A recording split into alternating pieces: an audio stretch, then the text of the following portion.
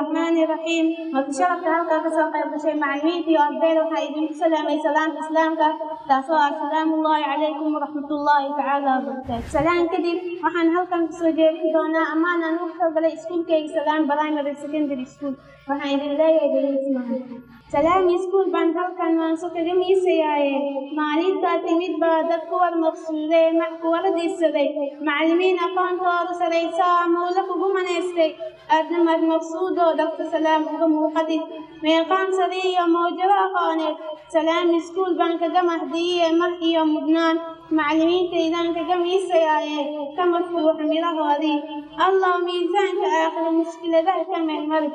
Salaan iskuul ardaygii maraan cidna moogayne meeqaan sare iyo aqoon meel marka Salaan baa leh marag baa ka ah macallimiintoodii mashxarad iyo ardayda ka maftuuxa ayaan mahdinayaaye maanta midhihii hasheen dadkiina ku meelmariya allah Salaam ka yeel meel meeqaan sare iyo tag meel mukweyn allah Salaam iskuul ka yeel maanta ummadu midleeyo una maciina.